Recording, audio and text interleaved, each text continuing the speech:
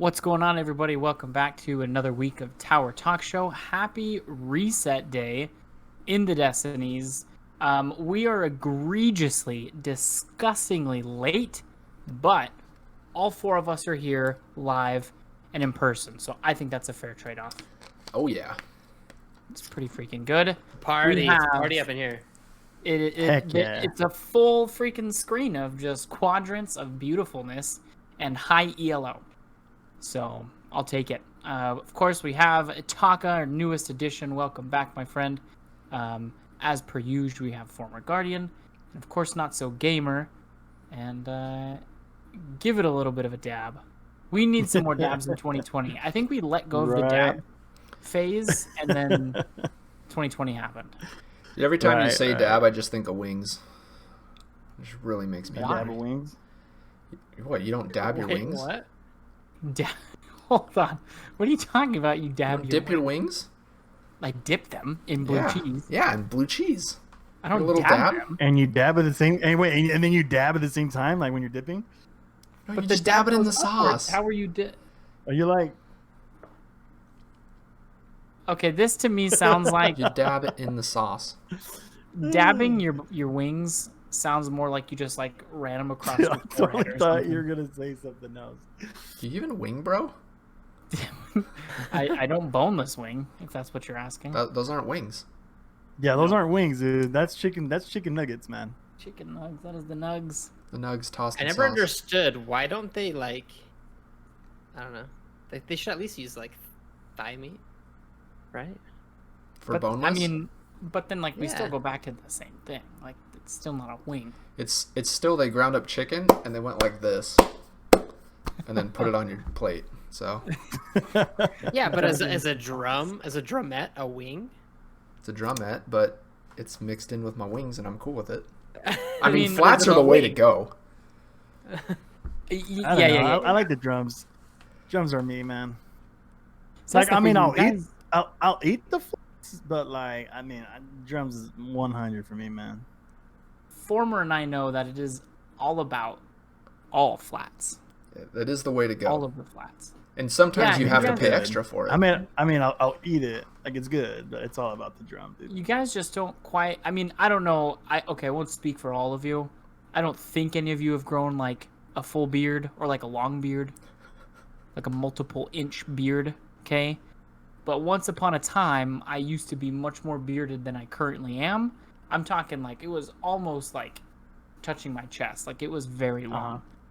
You try to freaking shove some drumettes in your mouth with your beard getting all mixed up in there.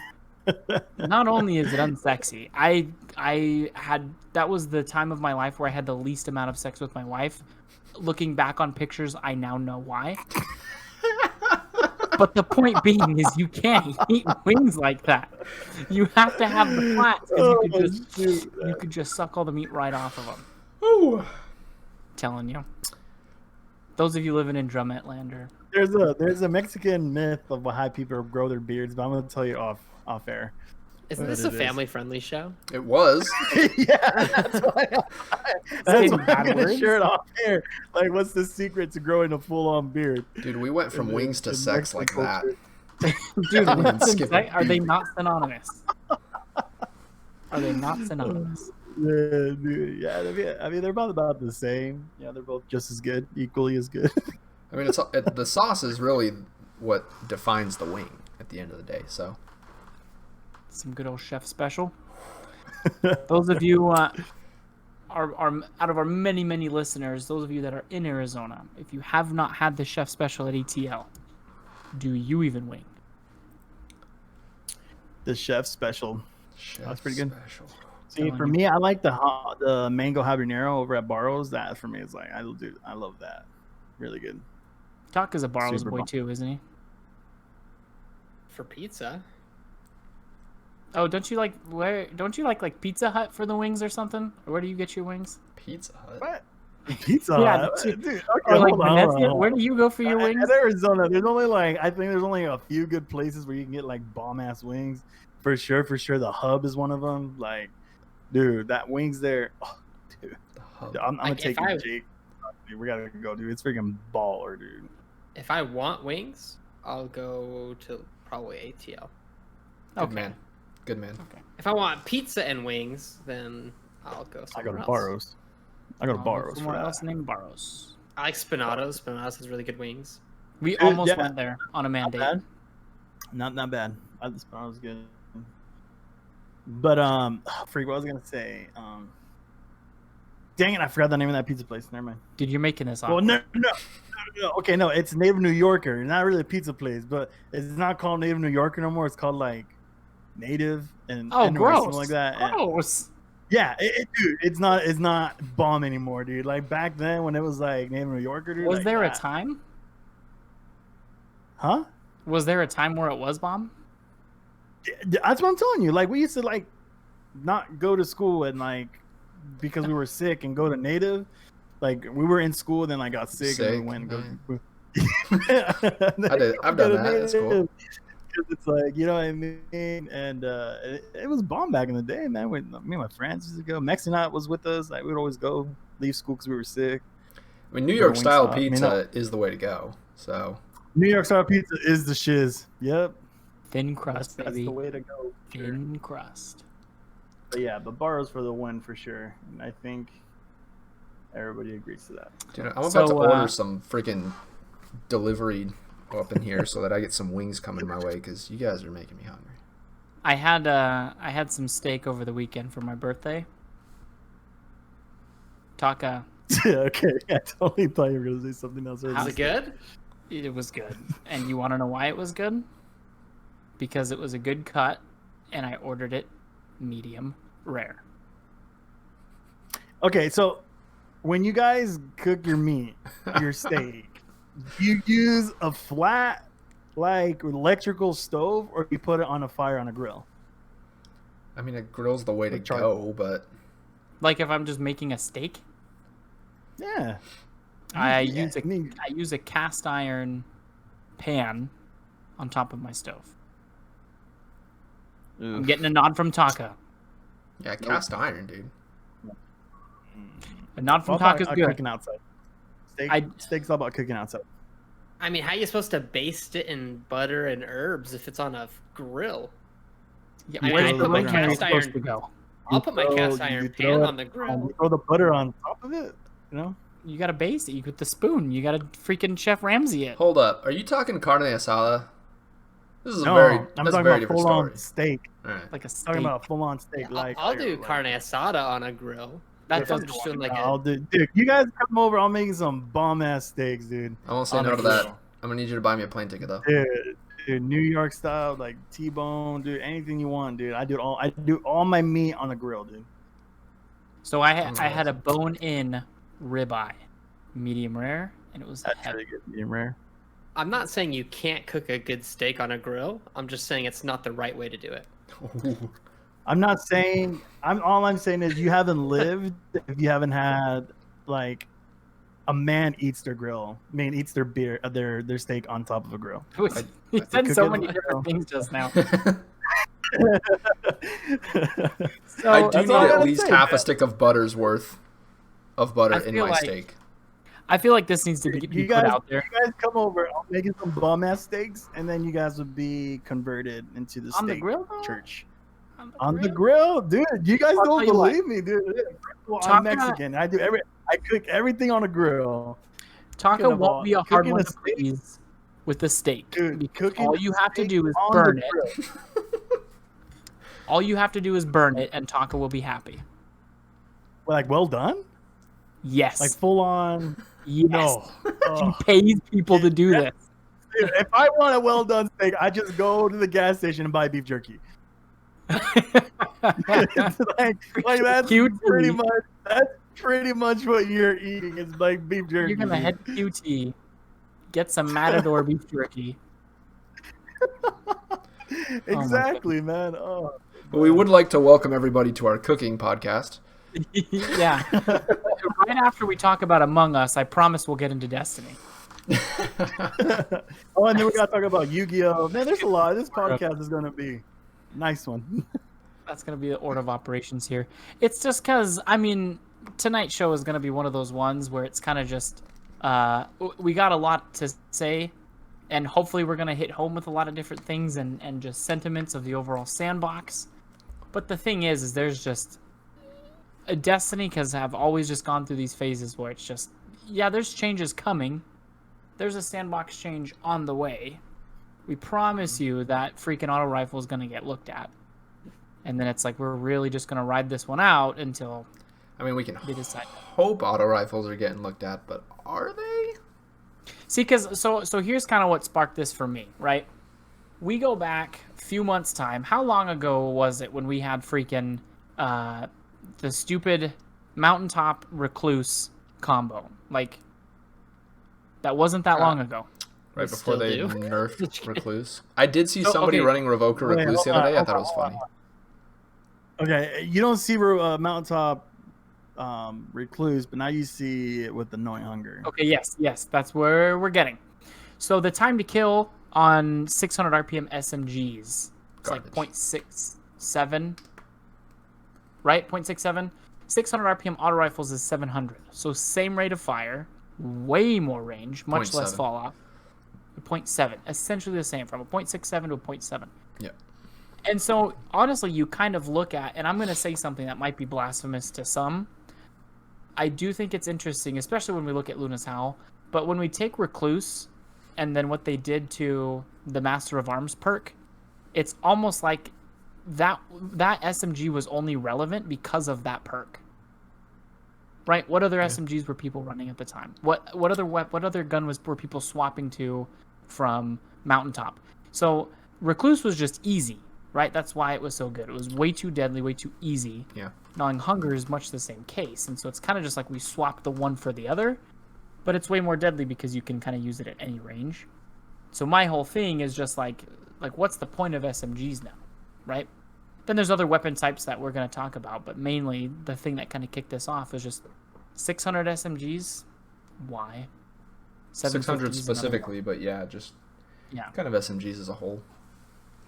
So do you guys remember back in I mean, a lot of this is kind of stemming from like just Bungie in the past. Like they first introduced SMGs in Halo with dual wield, right? That was the first time we saw Master Chief got a battle rifle and he's got freaking 2 SMGs, and then it was just 2 needlers and then 2 everything.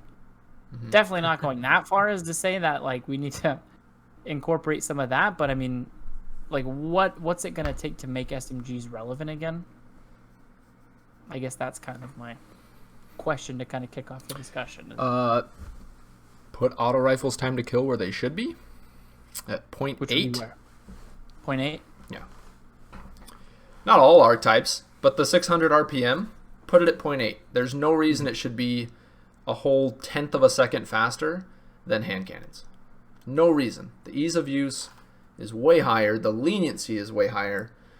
I understand that auto rifles do chunk damage, and that's its ace in the You mean hole. hand cannons, you mean? Hand cannons, yeah. You can peek shot with them. You can do a chunk of damage, duck behind cover, peek back out, take another chunk. I get it.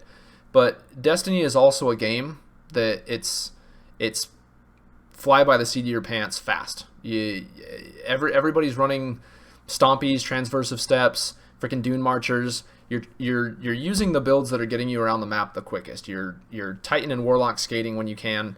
It's a game where you're oftentimes caught out in the open. And yes, in some instances there's some passive play, but that's usually when people are peek shotting with snipers. Like you get caught out in the open a lot. And in a straight up 1v1 duel, there's no reason why an auto rifle should just obliterate somebody with a hand cannon that requires more precision, in my opinion. Because the downside to it too, when I talk about leniency, an auto rifle, you miss a couple shots or you put a few shots into the body as you're correcting towards the head, it's changing your time to kill by 0.1, maybe 0.2 seconds.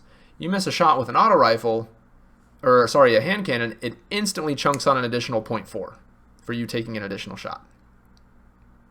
So in that duel specifically, a 1v1 with a 150 RPM hand cannon and a 600 RPM AR.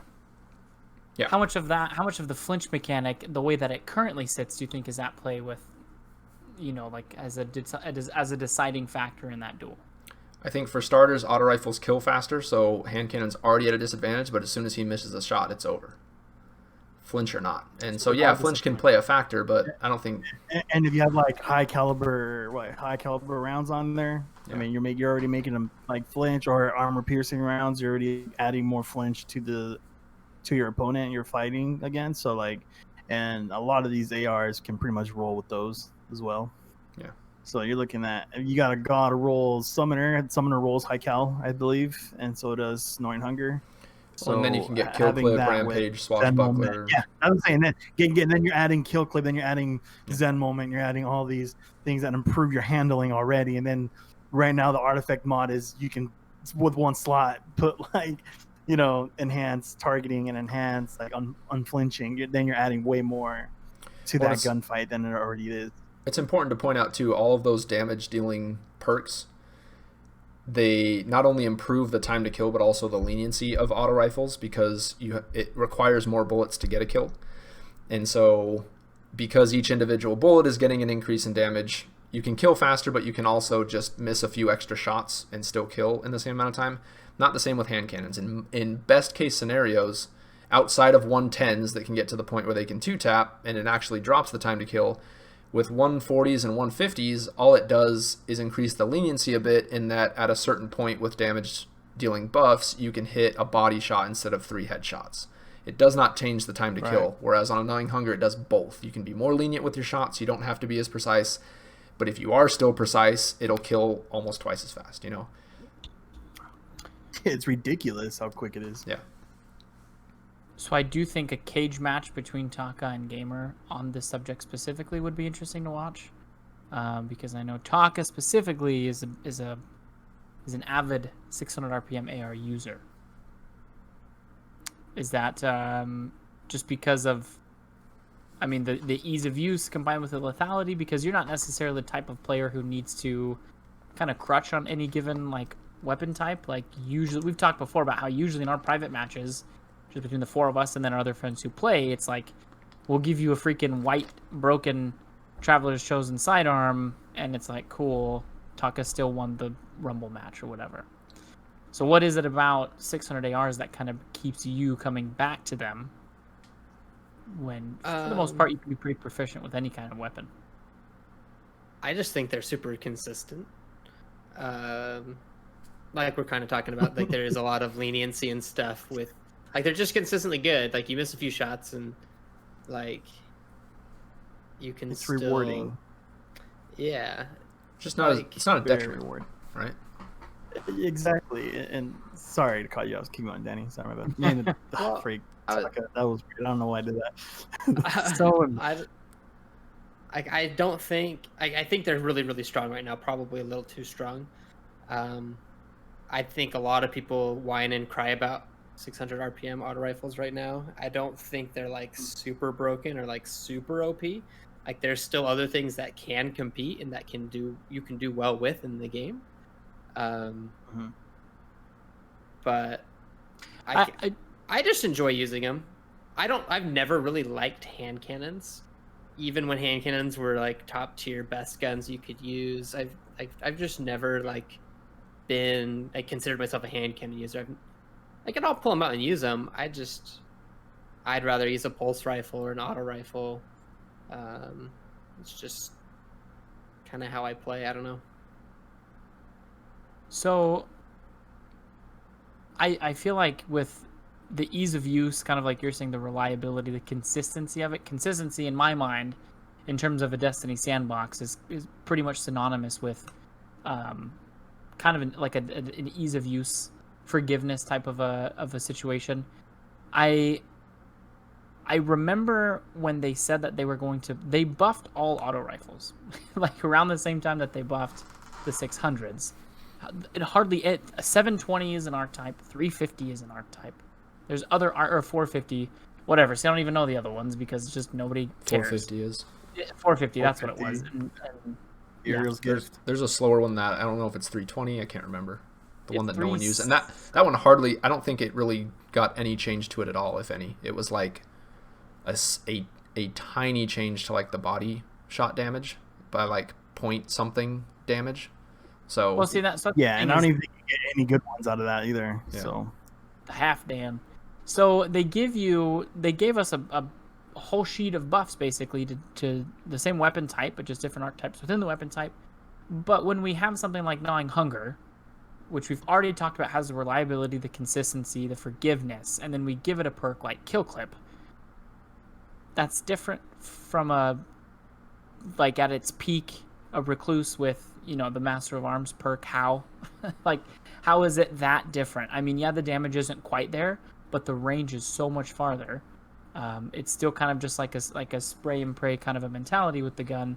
So I don't know. That's kind of where I was getting into the beginning of the conversation was we nerfed this one thing and kind of took it off the table essentially, but then we essentially replaced it with the same thing, which is a slightly different breakdown of kind of pros and cons. Well, the other problem too is you start getting into the concept of power creep, because before they changed these auto rifles, the quickest time to kill was hand cannons, but also some pulse rifles and things all sat at 0.8. Like you couldn't get on a primary weapon below that unless you got into SMGs and sidearms. That's what made those unique, in that they use kinetic ammo and they kill faster, but you have to be at a closer range. And so they've now taken auto rifles down to 0.7. So why use a weapon with more restricted range that can potentially kill at 0.6 if you can consistently kill at 0.7 at just about any range, you know?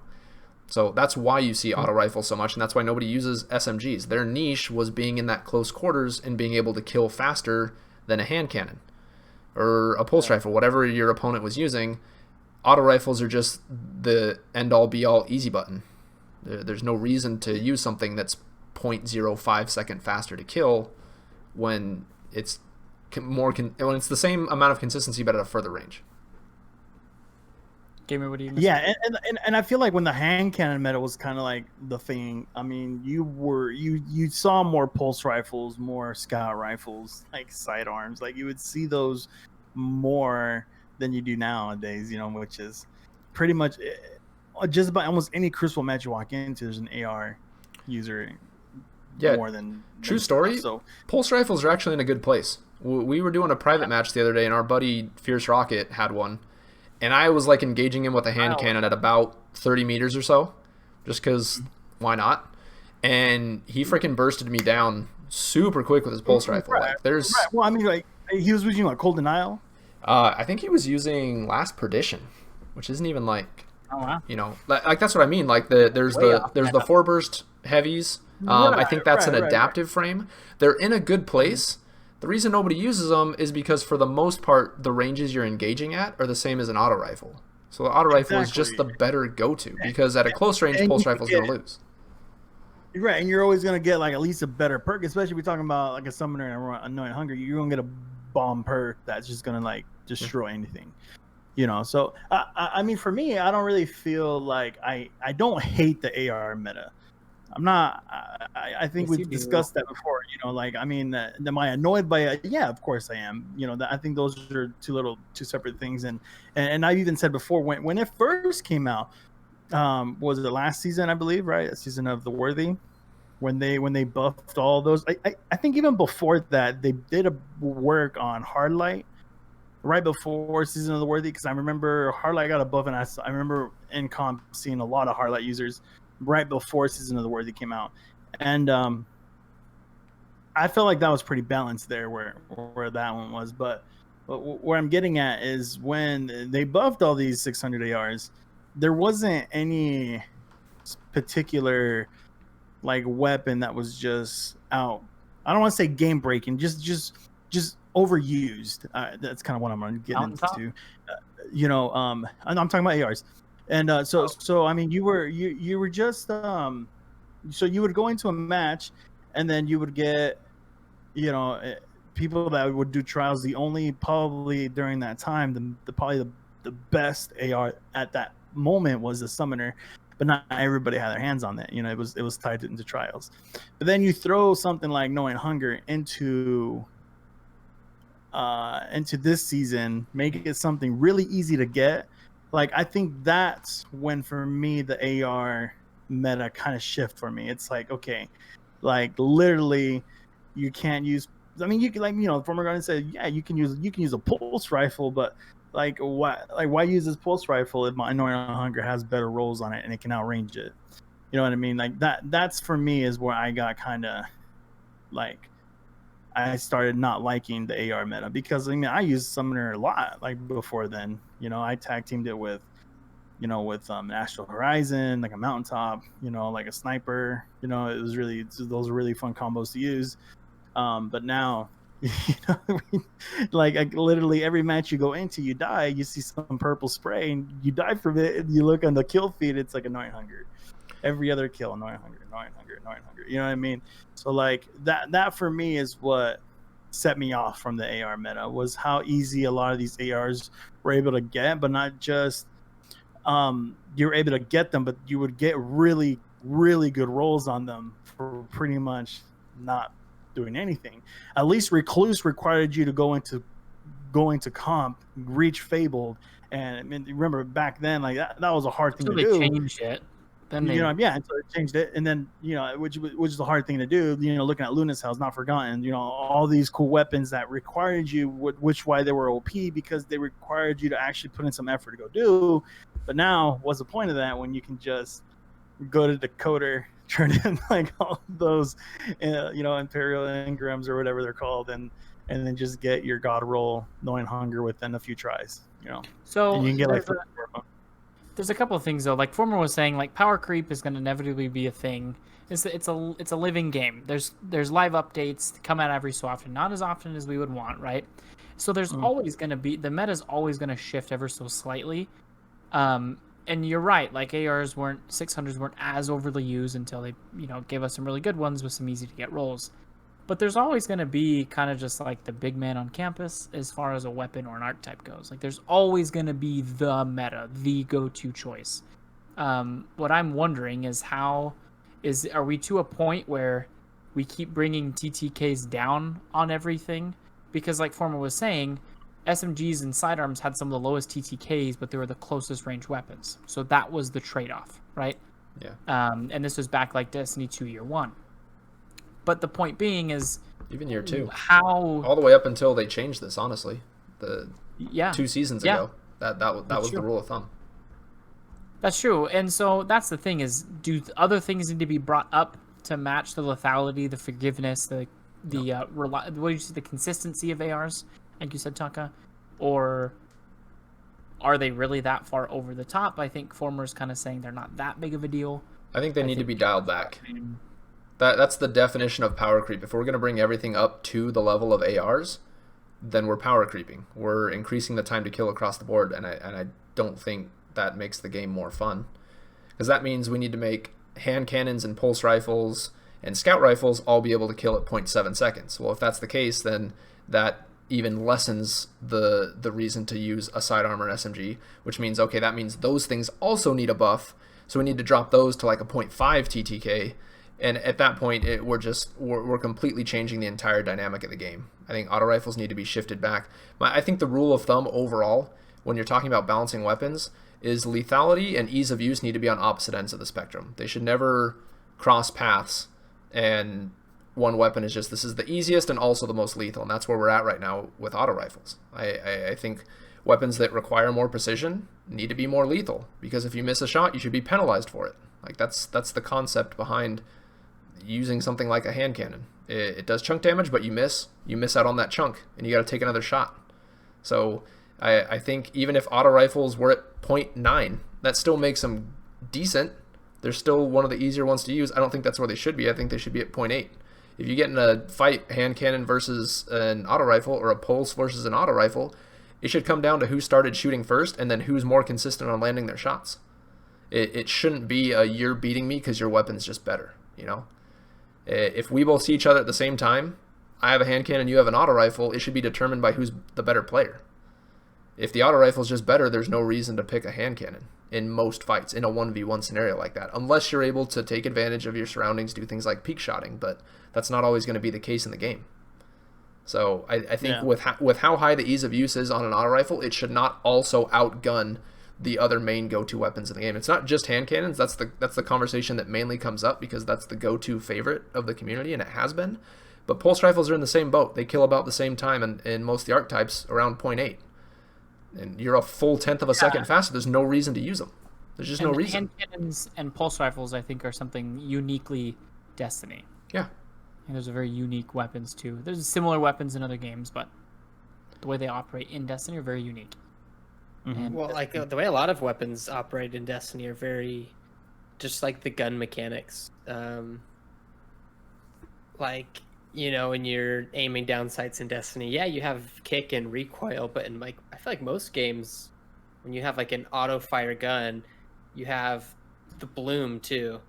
Um, or like I was talking to Former about this the other day about snipers. Like when you're hard scoping a lane in Destiny, and you zoom in, your reticle is just like spot on. It just sits right there. So the second someone comes around the corner, you're just ready to go.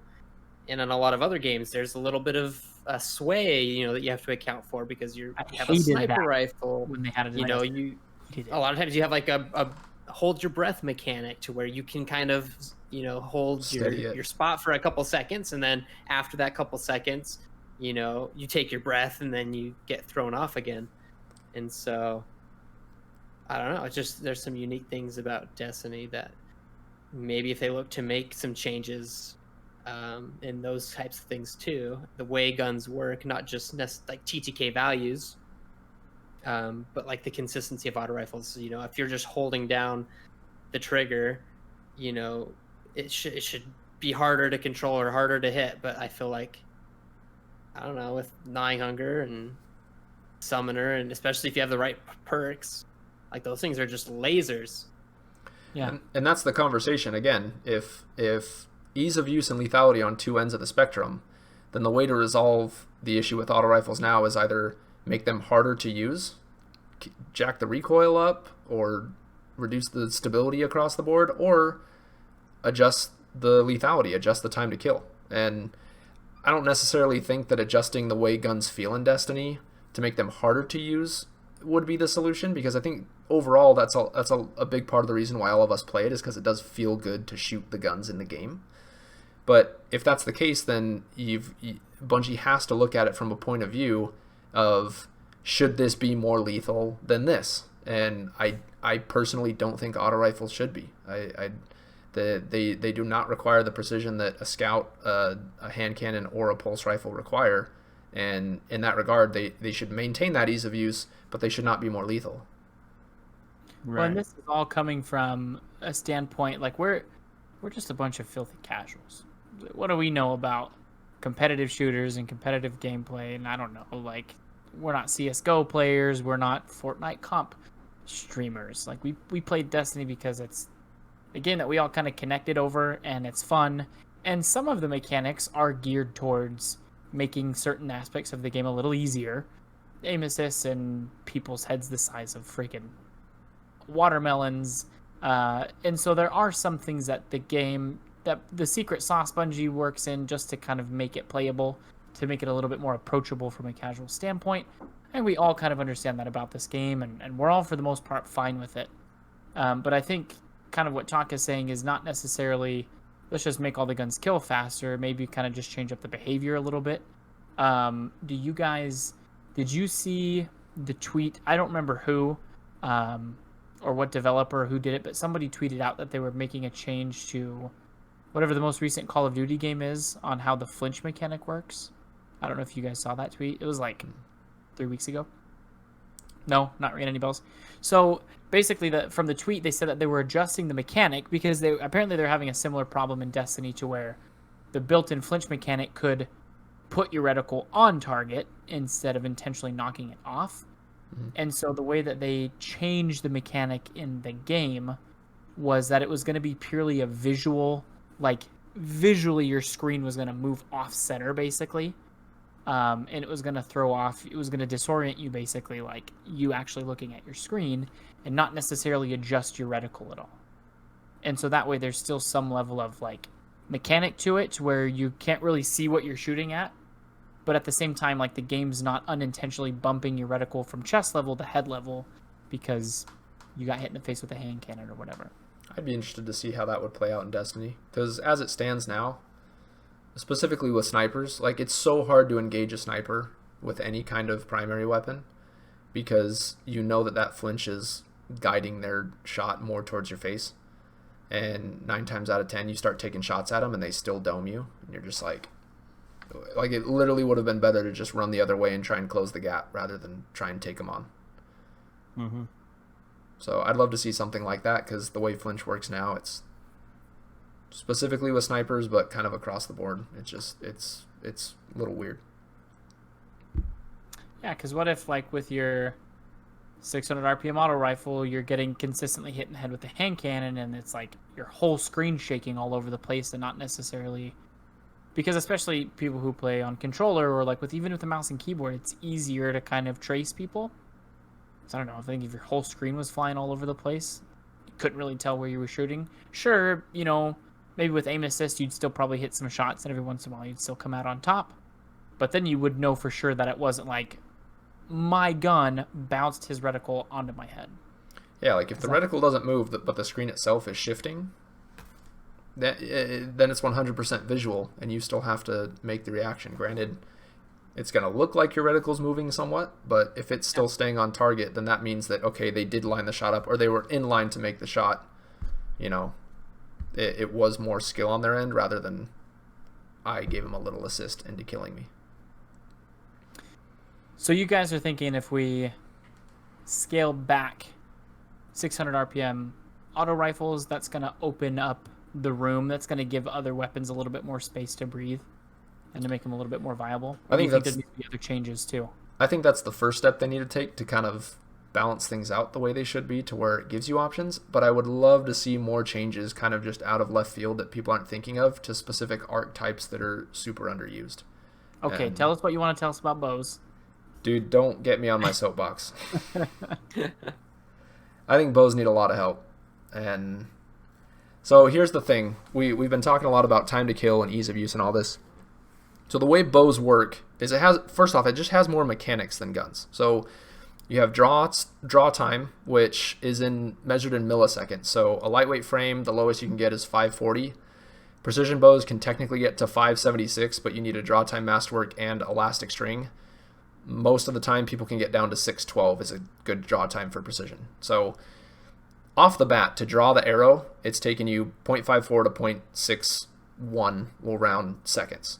On top of that, you have reload speed, which is how long it takes for you to knock a new arrow after firing a shot, which is about 0.2 seconds. So off the bat, with the better of the two being the lightweight, because you can fire it faster, your quickest time to kill is like just under 0.8 seconds if you've already pre-drawn the arrow before you engage your target, if you're not counting that first initial draw.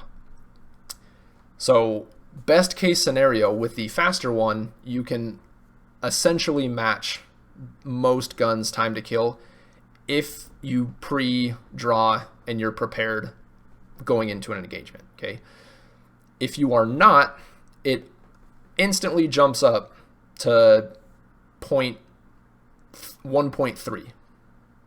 So if you walk around a corner, you do not have your arrow drawn, some guy's got a hand cannon and he turns and looks at you, and you start drawing that first arrow, he can miss 2 shots and still kill you. Like, he's got all the leniency in the world just because of how long it takes.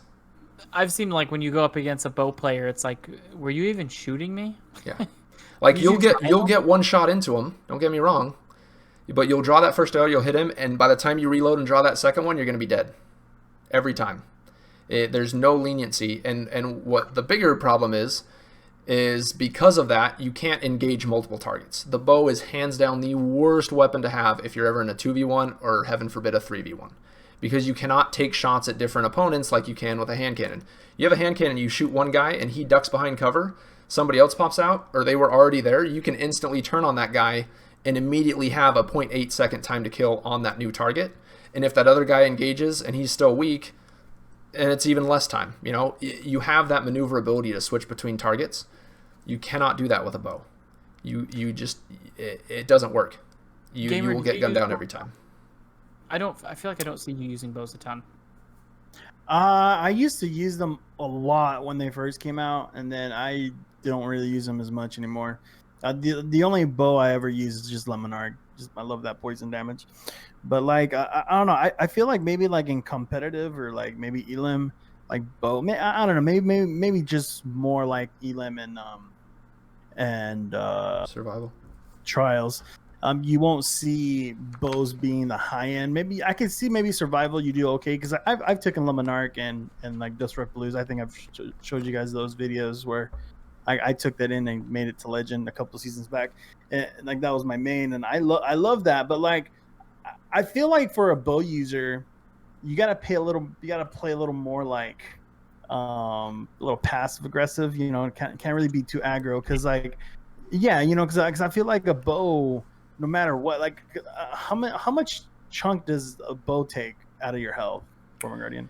Precision frame, if you have a perfect draw, it does 151 to the head and 101 to the body on a perfect draw.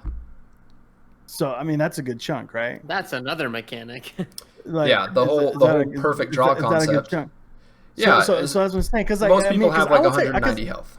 Because like I would take a bow to a 6v6 and I would get like a bunch of kills because literally I'm just sitting back just popping all the heads that like people already like my teammates already weakened people enough already, you know. So that's what I'm saying. Like maybe in elimination or trials, I could see where bows kind of fail in that aspect, and probably where Former Guardian where you want that more loving because obviously you play more elimination than anybody here, or you three do at least.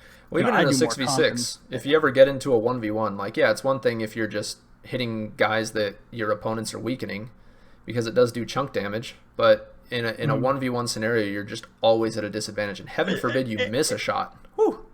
Exactly, like, and that's my point. It's that like, you know, maybe you want that a little bit loving because it's like obviously like if you're a bowman, you're still gonna work a way around it and try to get the best you can at it. But what I'm getting at is you know where you want that weapon to be more consistent. I think that's what you know everybody wants their favorite weapon to be more consistent, especially like in any scenario you're in.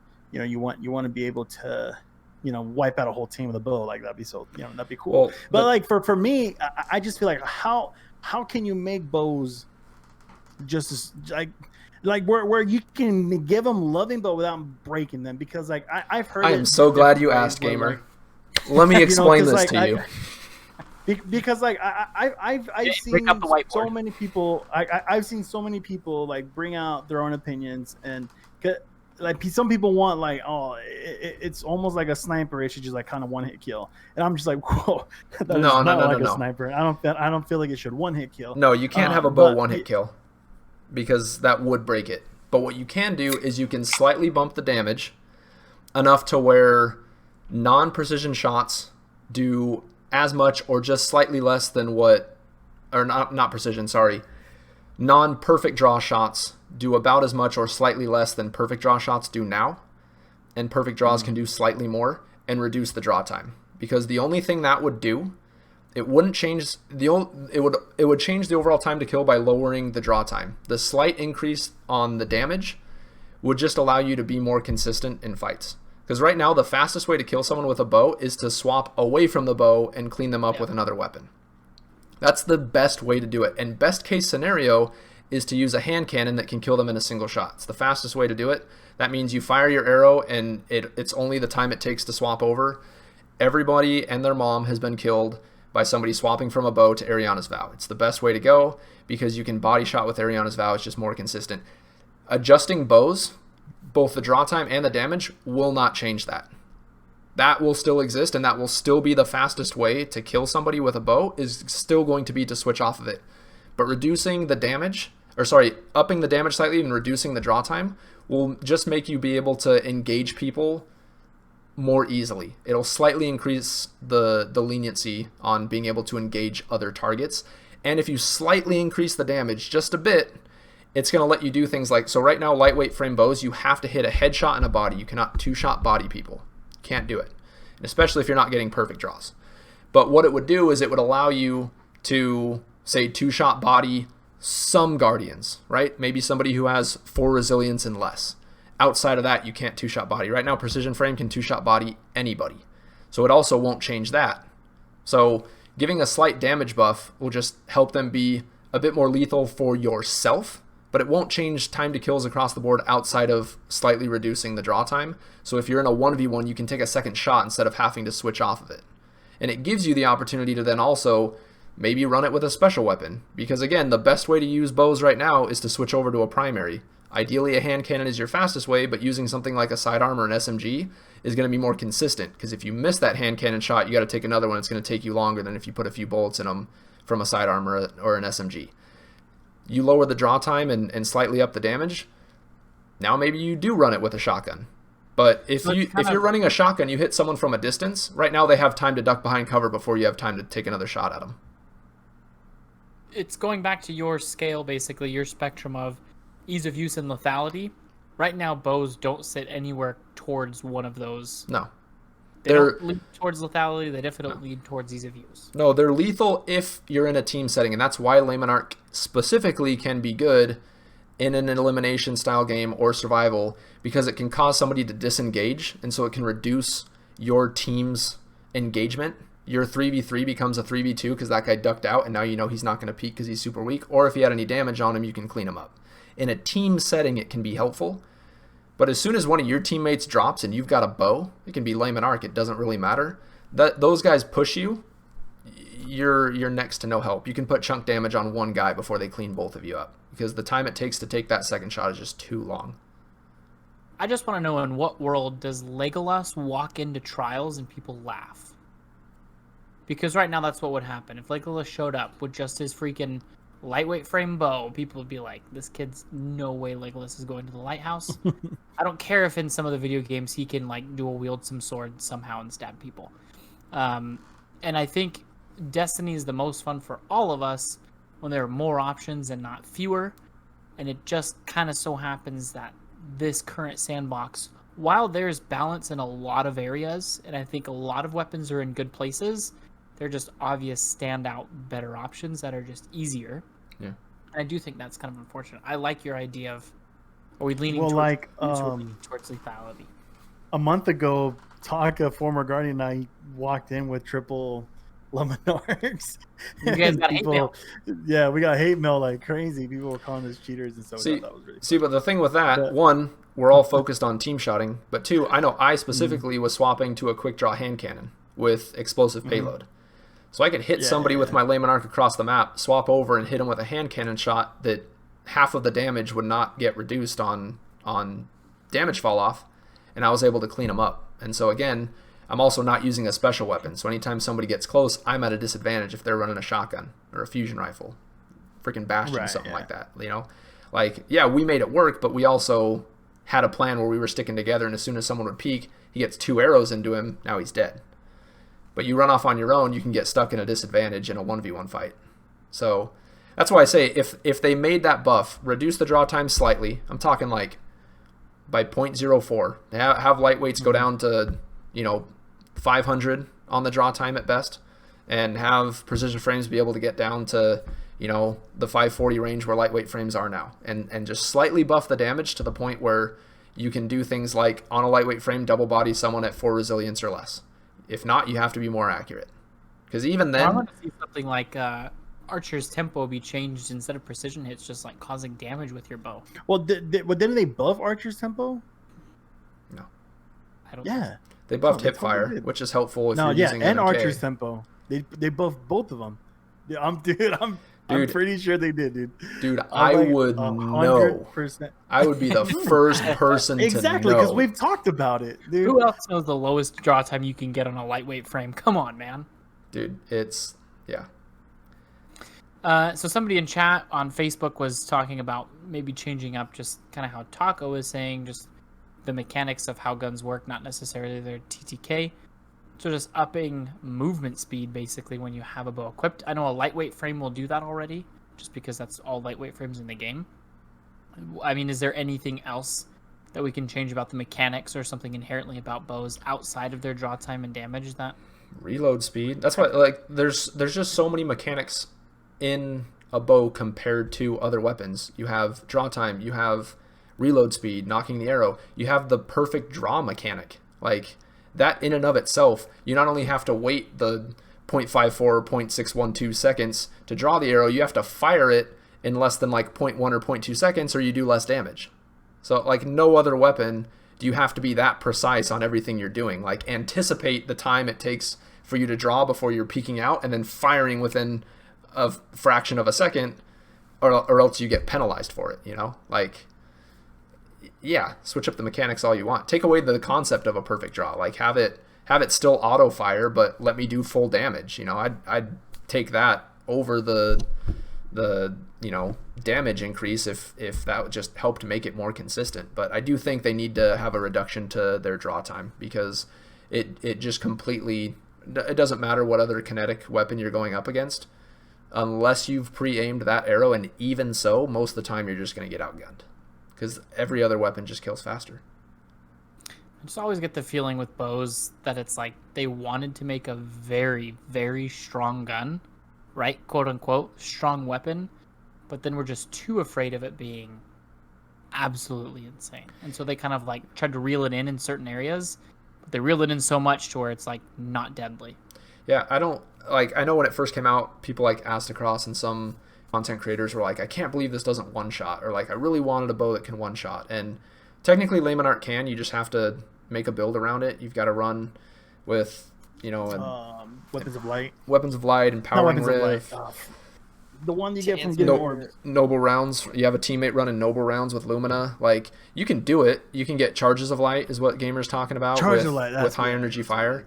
It's like you can make a build the one-shot with Layman Arc, and it does work, but I don't think there should ever be a bow that just outright one-shots, because that would be disgustingly broken. It would be like having no land beyond back, but using freaking kinetic ammo. It would just be stupid. Like, with the way that, honestly, bows have like the highest aim assist in the game, at least with precision frames. Like, you can hit somebody across the map and make it precision if your reticle's on them. Layman Arc, like, you can get some pretty easy headshots with it. Yeah, and that's all great, but when the time it takes for you to take down an enemy is as slow as it is, like, if it didn't have that, they'd be absolute garbage and nobody would touch them. But I still think they need some love. Yeah. So to settle it, they did not buff Archer's tempo. They buffed Sneak Bow. Yeah, that's the one they buffed. The freaking stupid one that nobody. I will accept my apologies now. No, I'm just kidding. Yeah, it's like I remember. I could have swore they talked a little bit about Archer's tempo, like right before when they did that same announcement with the hipfire. Didn't they tweak Archer's tempo? No, but I remember. I was looking at those patch notes right now. They buffed Sneak Bow, and it's like a dumb buff. What is it? What did they even change? When you shoot, it doesn't ping on the radar or something like that. Ooh. First off, hold on. Now it doesn't ping the radar when shooting. Who is shooting a bow while crouched? That's what I want to know. Who is crouched somewhere with a bow? You have to be crouched for Sneak Bow, right? You have to be crouched. Yeah, you do. That's what Sneak Bow does. For Sneak Bow, yeah, you got to be crouched. It's if you're crouched, you can hold the arrow longer. That's what Sneak Bow does. Completely worthless. Don't ever get it on a bow. And again, this is all kind of coming from a place of we want, like, we're not competitive players in the sense of, we like to jump into trials. We like to do our best, try to go flawless, whatever it is. Just playing, our private matches, our private 3v3s. We all want to have access to more options without feeling like we're being handicapped, right? And your gun skill being your only handicap, like I pick up a bow because it's harder to use, but there's a bigger payoff because of it. I think that's kind of what we're all looking for. And there are just certain weapon types in the game that there's just no payoff for using 600 RPM SMG. There's not really a payoff for using a bow. I mean, even with sidearms, we can kind of make that. But then again, like, you can just hip fire a hand cannon at the distance that you'd kind of play in a sidearm and still be more or less effective. I mean, scout rifles is another one that, like, worthless. It would just steaming. Honestly, steaming stinky piles. Bring the zoom factor down, in my opinion, on scout rifles. This isn't a question. I love scout rifles, man. So this might be a stupid question, but are they going to introduce stasis weapons into the game? Yes, it will be an affinity on weapons. Word. Yeah, that could be some interesting thing if they have some sort of freeze mechanic from like a bow or something. Like, I don't know. Well, I'm hoping we get that with the beloved, the new beloved we're getting. I'm hoping I get to like Dude. pop one and then freeze the other guy next to him standing. Like that'd be so sick. A freeze mechanic See, with a sniper rifle? the thing is, if they introduce that, they'd have to make all the other affinities special, and right now there's no difference between any of them. Well, you got Firefly and you got Dragonfly. Neither of Right. those are unique to any element. Just causes an Yeah, explosion. Exactly, but like Firefly only works on solar weapons. It doesn't work on anything else. It's fire Nope. They're on all. I have Firefly on the Dragonfly. Metal Calamity. Dragonfly is on all 3 elements. You can find it across all of them. It's on freaking Nature of the Beast. I get them all the time. It rolls Oh, yeah, on. I have it on Nature of the Beast. It rolls on Subtle Calamity. That's Void. Dragonfly is not unique to anything. There's no affinity specific perks in the game. Is this earth shattering right now? I would love for them to do that. This has But been. there This is Tefty Tef's are- thing he's been talking about for years. He's like, are it's a solar weapon, make it special. Yeah, there are weapons though in the game that do kind of embody different elements and things. You know, you've got like the Sunshot, a solar hand cannon that really like embodies the things that you would imagine solar doing, or like, you know, Gravitron. there's the freaking Risk Runner and the bow that we all use for PvE now. For Arc, you know, like there's weapons that Eagle. kind of embody these elements. So I would imagine we'd get some, maybe not like every stasis I'm sure we'll get an affinity exotic something. weapon, but I'm sure I would think it'd be cool to get a couple weapons that really kind of embody what stasis is and what stasis does. So, question then: In do you their guys perks. think that Cold Heart is going to be switched to stasis element? I've wondered about that because it's supposed to be ice. It's But supposed to there be wasn't ice, right? But Yeah. It's not ice. it's Arc. So is Oh, it no, going to Cold Heart switch? is ice, though. Stasis, Stasis isn't ice. quote unquote, isn't ice. They've literally said ice in the twabs. No. They said frozen darkness. They've said the word ice. Cat's out of the bag. It's ice. I mean, It's black whether ice. whether it's frozen Black water ice. or it's frozen something else, it's still an ice freaking crystal. It's black ice. So Look, man. All I'm saying is that next season we're gonna get naked, and we're just gonna play the crap out of next season. Yeah. are About you right. wearing pants right now? I haven't bought Nathan in a long time. I'm already naked on the ways down, dude. You haven't bought what? Do people still drink naked? No, we're not talking about the juice, you knucklehead. We're not gonna get that naked. We're gonna get the other naked. Why not I both, dude? get naked and drink naked. Yeah, Drink naked while naked. Being naked, that's the dream. but never naked wings. Who the freak does that? Who orders their wings with no sauce? You never ordered wings with like sauce on the side?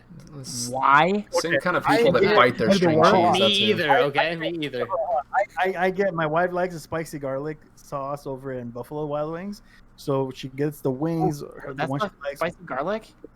garlic, and then she gets a side of spicy garlic, dude. 'Cause she loves, dude. It's so good. Like dip it on fries, dip it on extra wings, dude. I bought it baller. at Costco. I got a You huge want a bottle of it? Yeah.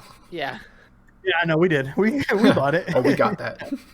Yeah, we got I that. wasn't a dude. huge fan, to be honest, but And yes, listeners, we came back to wings. Okay, they're important. you got to do the full circle. You got to do the full circle. Yeah, Glad did start a with- whole thing about it. Like, if he's taking the time out of his stream to talk about it, Yeah, it's Yeah. worth talking about. Okay, they're wings. Right. Next episode on Tower Talk Show, we'll do a cook off. we are gonna do a cook-off. We absolutely We'll should. see who can cook the better well-done steak. It's a 360 It's RPM. not a competition. Beef jerky. I'm Wait, done, guys. Did you say something about steak? Said we'll see who can cook the Maybe. best well done steak. Said that's not a competition. Would you feed a well-done steak to your dog? Are you that sick of a human being? No, I would eat it. Oh, stop. I'm not sharing that with my dog, dude. Stop it so much. Oh, Maybe your dog wouldn't run into the wall if you gave it some good, well-cooked steak. oh. That poor thing. 360 RPM auto rifles was the other 300 whatever one that we couldn't think of. That's But anyways, name, I mean, name me one of them. Which ones are they? the one from this season, the False Promise. No, is it False Promises? Yes. It's the one from the raid that nobody likes because it looks like you found it out of a trash can. Oh, that disgusting thing! I deleted that so fast. Tyrannosaurus? Yeah, it's like Galren's something. Yeah, the right hand. Right hand. Yeah. I had like a sick roll in that too, and it just really disappointed. Yeah. Thing sucked. So that's the thing. I don't think people can name two different archetypes of sidearms. I don't think people can name. I feel like anytime I get a scout rifle, I'm like, oh wait, is this the full auto one? And then it just never is. Like I just feel like there's so many underused, and I'm not saying they're gonna buff scouts and I'm gonna become a scout rifle user. Like it's just Scouts really, aren't even that bad. So they're not, but the Randy's amazing. the lowest rate of fire is 150 RPM, and it can 3-tap to the head. It literally kills as fast as the most used weapon in the hand cannon type of weapon. But nobody uses it because it scopes in too far and you're never at that far of a distance. Destiny is not a long-range game. And an AR cannot reach it and beat it. So which one? Straight up. What did you say, Gamer? Bring back my Randy's throwing knife. Oh, you Randys. So yeah, I mean that's kind of the thing is we all want to pick up a gun because we've talked about how we love Destiny because we get to play dress up, we get to change shaders, get to make our character look the way we want, we get to play the character we want. And when there are just some guns in the game that are the obvious meta choices, it kind of takes options away from. It takes options off the table, and I'm a proponent of more, not less options. There's always going to be a meta in the game, but the meta is also always going to be whatever is the easiest to use, and so, you know, that's just going to be an aspect of the game. But you shouldn't feel penalized for picking up something else, and that's the state of the game right now, in my opinion. Is if I'm going up against a gnawing hunger and I decided to use a pulse rifle, I'm just going to get outgunned. It has nothing to do with how good at the game I am. This guy's just going to clean me up because he just has to hold his reticle on me and I'll die faster. And some shots are going to go over your shoulder, and it's not going to matter. So what do you guys think? The only weapons that they've mentioned specifically are hand cannons. 110 specifically. 110s. What do you guys think they're going to do to them? Give it a perk called Cade's ass, and every time you two-tap someone... What is with you and Cade's... that exo booty. Dude, that exo booty. Specifically man booty. Not that there's anything wrong with that. Something like that. Something with Cade. Cade's rooster. I think they're going to slightly buff the damage to where it doesn't have to be all headshots. But because there are people that say that about 140s. That 140 should be 2 heads, 1 body. They should. Are they going to do that? I don't know. Going to be 1 head, 2 bodies? If they did, though, I'm calling it right now. If they do buff 140s to 2 heads and a body, then the freaking Ace of Spades is going to make a heavy comeback, and it will be meta. What is 140? Sunshot's a 140, isn't it? No, Sunshot's 150. Oh, 150. Never mind. No, it will be a beast of a weapon. It's already still good because it with the whatever buff it gets. I hate hand cannon meta. It does make it a 2-head, 1 body. Hold on. But even like when the hand cannon was the thing, where spare benders was like the go-to. I mean, I even felt that during that time, like there were still other weapons that were doing just as good. That's why I say like. You don't need to nerf autos into the ground. Just so good. They don't need to nerf autos into the ground. Just put their optimal TTK the same. Put it to 0.8. That's what I'm saying. But all I'm saying is that, like, we already discussed it. I don't want to go more into it. I'm just saying, like, during the hand cannon meta, it wasn't as bad as people think it was. The thing with the hand cannon meta is people use it because, again, you can switch between targets, and it requires precision. So you're rewarded for being precise. But if they moved auto rifles to 0.8 time to kill, you can still engage somebody who's using a hand cannon and still kill them if you outgun them. You also have more leniency on your side. If you're flinching them off their shots, you're going to beat them. you can still use perks like Rampage, Swashbuckler, Multi-Kill Clip, Kill Clip, and get a damage buff. You can throw on Suros, and because of the spin up, you'll actually kill in a faster time to kill. Like, you would still have options. It just wouldn't be the outright go-to choice. Somebody who decides to go the route of using another weapon can compete, and right now they can't. Suros is a funny gun, though, because it literally rewards you missing the first half of your magazine. Yeah. Yeah. It literally rewards you missing shots. Yeah, for sure, dude. Yeah, You know what's disgusting is using it with the Titan chest piece that reloads it while you're using it. Oh, the Actium? Yeah, because you can Ignore it. pre-fire even easier and Because not worry about it. imagine this. Imagine if Suros... Please do Iron Banner, wear that chest piece, and run around with sweet business. So I would, but I don't play Titan. So you will when we do that. See my previous statement. Play Titan. No, but so, like, imagine if Suros, if the perk were the complete opposite, is the more shots you hit at the beginning of your magazine, the faster the end of your magazine fired. Same thing with Revoker. Imagine if the perk on Revoker where for every headshot you got, you'd get 1 round back. Like, everybody would be pissed that that freaking Revoker was getting sunset. Now everybody's happy to see it go because I think the perk rewards. I think people would still want it gone. Yeah. Anything that breaks the ammo economy like that, specifically with special weapons, always causes a problem. Icebreaker, Invective. I mean, these are Destiny 1 weapons for anyone who played, but especially Invective. Invective was such a terrible shotgun. yeah, And it was a Icebreaker, rapid fire thing. You just gave you the ammo. I don't know. I don't think the ammo economy breaking perks are as egregious in Destiny 2 just because I really like where the special ammo economy is at. Yeah, please don't take it away, Bungie. End of Destiny 1 was terrible. Don't do it. Don't do it. But anyways, so you guys are thinking 110s, 2 shots, 1 head. Or 2 bodies, 1 head, 2 bodies. Cage Rooster. It should be 2 bodies and a head, and 140 should be 2 heads and a body. But I think it's going to be 2 heads and a body on 110s. Oh, I forget. You don't like hand cannons. You probably don't. Probably don't have a solid. I hope it's like 4 headshots. For a 110. Go back to year 1. Goes in the other direction. Yeah, There's no difference between hand cannons. There's no difference. It was all 4 headshots. Man, I love hand cannons. I want to see it. So what? I still use I want to see. I just So one question for TTaka though, because you do play controller, and I personally don't love playing hand cannons if I ever play controller either. Like the kick for me, it's a little weird. I just feel better using other weapons. Would you feel different if they buffed 180s and they were relevant? Because 180s have a very different recoil pattern, and they are a lot more consistent to use on controller. That's why Luna's Howl and Not Forgotten were top tier and remain to be so. If you look at the stats for console, they are still some of the most used hand cannons on console, because on a controller they just feel better. There's not as much kick. It's almost like a scout rifle in that it moves back instead of up.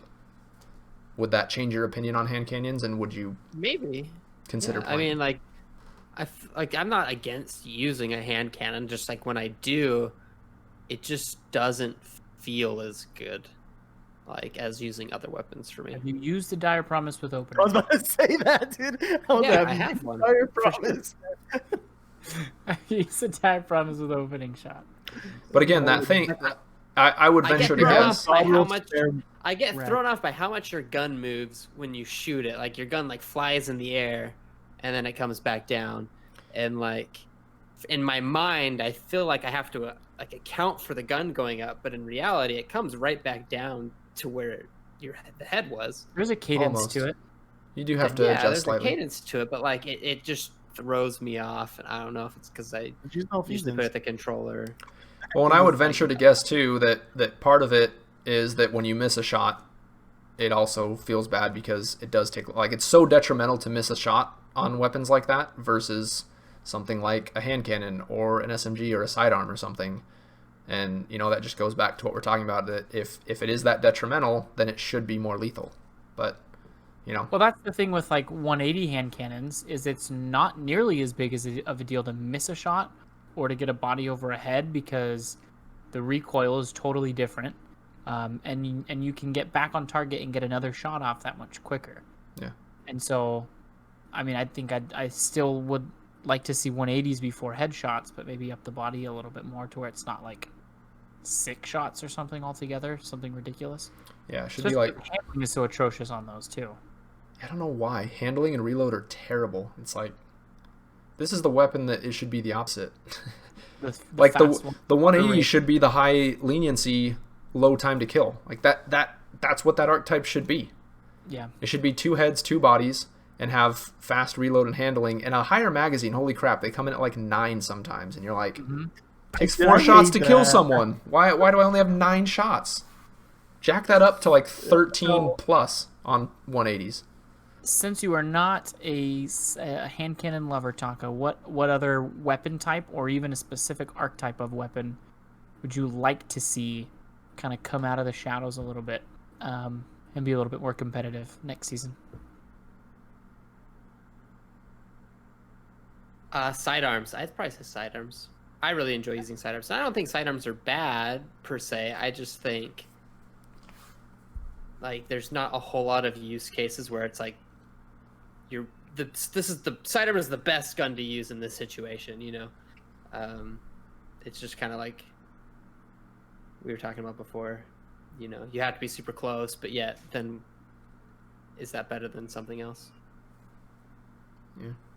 I think that's the trade-off with sidearms is you purposely put yourself. And my camera just died. So. Oh, this is so sad. That's a thing too. Okay, we need to end it right there. So that with the sidearm though, like you're intentionally, it will actually damage very far. I think there's some sidearms that can reach 17, 18 meters, which is definitely within SMG range. It's past last word range. The hit registration does for them. get a bit harder to land at that. If you're pushing that 17, a lot of guns can be difficult to land like shots a lonesome on. is still pretty dang good at a pretty far range. But the thing is you're putting yourself within range of shotgunning Titan that's just kind of mad aping towards you, quickly closing that gap. And so I think that's the niche of sidearms is you're intentionally getting into shotgun range. And that's kind of where they shine, and it feels good when you can outgun a rushing shotgun user, which is the gun that nobody's expecting you to pull out. But what do you think you would change about sidearms to give them more use? Nerf autos? Black square mystery. I haven't thought about it that much. I'm not. No, you just sure. I mean, I dig sidearms too. I think sidearms. Like, one of my. I don't even necessarily know if it's something that needs to be changed about sidearms, or if it's something that needs to be changed about just the other archetypes. Just kind of spreading things out, making, you know, sidearms and SMGs have let them shine and be the best primary weapons in their domain. Yeah. You know, like auto rifles and these other guns, I feel like shouldn't be able to compete in that same like super close quarters type of scenarios. I agree 100%. So I don't think sidearms, like I said, I don't think sidearms are necessarily in a bad place. I don't think they're like super weak. I just think there's less scenarios where like it's obvious the best choice, you know, because you can get away with using a hand cannon or get away with using an auto rifle in those super close engagements and still come out on top and still be just as good. Well, that goes back to why we only see people pairing mountaintops with gnawing hunger. There's no reason to use a sidearm or an SMG with it because it doesn't make sense. You have more range. Almost the same time to kill. Were you a fan, Taka, of First Light in Destiny 1? A fan of what? Was it called First Light? It was the PvP map on the moon where you would have like the tanks like that, and I loved that map, dude. That was my favorite. I mean, that was like one of the OG maps, you know. Yeah, First Light. That's what it's called, right? First Back Light? when Destiny had large maps. Yeah, I liked that map. A lot of the meta that we're seeing kind of does come from just the in general very small close quarters map size. Yeah. I think that map specifically, since it had kind of like an inside area where you could go in the base or whatever and like spend the whole time in there with like a shotgun or sidearm or whatever, or you could just be outside just laning with a be a landing Larry with a freaking scout rifle way in that cave, you could do that too. I think I would like to see a little bit more of just kind of push out the map size a little bit. I think I think that would do some interesting things to the sandbox for sure. Those larger maps back in the day really had like a Halo feel. I remember it, and we just don't have that. Well, it's like you bring back some of those bigger maps and stuff, and instantly scout rifles have a place again. Yep. You know, a place where they can shine and they can be, you know, they have their space, and nothing can compete at those ranges other than maybe a sniper rifle. Well, and snipers too. Everyone right now is complaining about the zooms too far out. A bigger map like that, it's no longer an issue.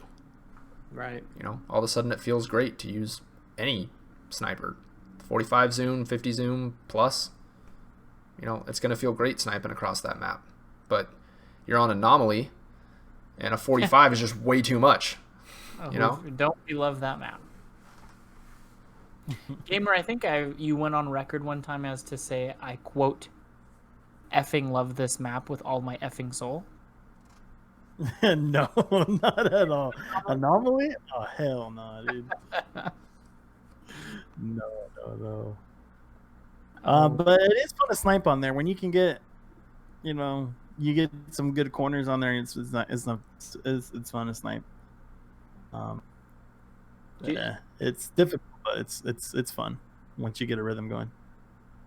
I guess as our last point, one of the things that I've kind of been afraid of, but I get the feeling that we're probably not going to see a sub 40 zoom sniper moving forward in Destiny, because right now Revoker's the only one, right? 35 zoom. I think anything else can get under 30. Or Twilight Oath is 35 too, but it's a 140 and it's getting sunset. Okay, so different. Okay, yeah. So you guys think maybe not even a 35, but like a 37 or whatever, just under 40? Do you guys think we're going to see those again? I think 40 is a good spot. Personally, yeah, I agree. I like 35. Don't get me wrong. Shooting Revoker feels great. I think 40 should probably be the lowest, and because Revoker was also a pinnacle weapon back when they made those, and so I think it being a bit unique is fine. And I think 40 is kind of a sweet spot to where I mean that's what Beloved is, and I would say that's probably the community favorite. Most people tend to run Beloved with their Dire Promise or whatever loadout they're using in Sweat. So as great as Revoker is in being a harder hitting sniper and giving you a shot back when you miss, I think more of the kind of competitive scene, I think you see more Beloveds and, you know, either Suros or Last Word or Dire Promise or something like that. Yeah, I mean, if the maps get pushed out, right? But then it's going to be a different story, but just the majority of our maps are closer range. I would love to see a big influx of new maps, larger in size, like specifically for like the 6v6 playlist. And there's a few maps we have now that like some that feel really good on 6v6 and they feel absolutely terrible in a 3v3 scenario. Like which one?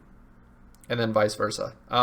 What's the not Twilight Gap? What's the other one on Earth in the that they brought back from D1?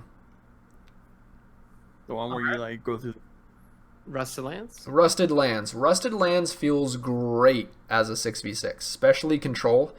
I feel like the points are evenly spread apart. But in a 3v3, you guys spawn on the same freaking side of the map, looking at each other down a lane, and it just turns into a sniper battle. And if you try and run all the way around, by the time you make it, they've killed half your team because you left them in a 2v3 sniping battle. It does not feel good in a 3v3 scenario, but it feels great as 6v6, and it's a good sized map. So I would love to see more stuff like that, and then like separate that into the freaking 6v6 game modes. If you're playing 6v6, you'll end up on that or another larger size map. Don't stick me in a 6v6 on Anomaly. Okay? Or is it Thieves' Den? Is that the dumb one on... Oh, no. I was going to say Smuggler's Ruin. It's... Is that it? I don't know. No, that's Sidearm. You're talking the blue place? No, the one that you're... Freaking... Legion's Gulch. Is that what it's called? Where you're on like the freaking... Out in the Awoken's Drifter, whatever place. Hate that map. I know you do. Especially in a 6v6 because it's just a shotgun fest. In True Vanguard, 12 people running around with shotguns. TV said that's one of his favorite maps in the game. He also mains a sidearm, but I don't know how. nothing against that. But he's engaging at a closer range, and so that puts him. But again, in a 3v3, it's not terrible. But in a 6v6, maps like that are they're terrible. And that's why you don't see scout rifles, because if you have a scout rifle equipped and you end up on one of those maps, you're just like, I will never pull this weapon out. And if I do, I'm going to get killed, because there's never a range where you're engaging beyond 40 meters, which is where you should be with a scout rifle. You're always 30 in. Mm-hmm. It's just too small of a map. ARs live. Which is where ARs live, and they will wreck you if you have a scout rifle out. That's gnawing hunger's house, huh, gamer? X's blue is the other one I was thinking of. Oh, yep. Dude, I hate X's bleeding. It's not terrible in a 3v. Like, I don't personally like it, but as far as like the feel and the size of the map, in a 3v3 it's fine. 6v6 is just pandemonium. Too much. Yeah. 3v3 also sucks, bro. I don't like the map, and in my mind, it's because there's too much crap all over the place, and it's so unlevel that you only ever have like line of sight on somebody if you're within close range. And so again, it's like, I don't know. I don't love it, but size-wise, I think it's fine. I find kind of making a push from a different angle. There's not a lot of like. It's just hard to get around to the same lane from a different angle on that map. It's all kind of just like. There's a couple lanes that people are usually sniping, and then outside of that, you're pushing in and getting at close range, and then it just becomes a shotgun battle. There's never like middle ground fights to be had, because again, you're always like one person's elevated above the other, and then there's boxes and trees and a truck and crap thrown on the map. Boxes and trees and a truck. Yeah. A giant rock. Yeah. Well, for sure. Well, either way, I don't know about you guys. I feel like the time is flying by, though. Like, September is already done. Just crazy. October is going to fly by quick. I mean, we're going to be at Beyond Light before we know it. And then we're going to have a ton of stuff to do with just Stasis alone, outside of any kind of story missions or, whatever narrative comes out as well. So there's a ton coming. I mean, obviously there's just as much to do in Destiny as, as you want to do with it, really. We've been kind of staying sane by just kind of running 3v3s or just kind of doing a big, huge, like, 6-person Rumble match between all of us. And so Iron Banner this week, though. Things to have fun with. Yep, Iron Banner's coming back, too. So Valor. things to have fun with. And so we're... Yeah, triple Valor. Go reset your Valor ranks.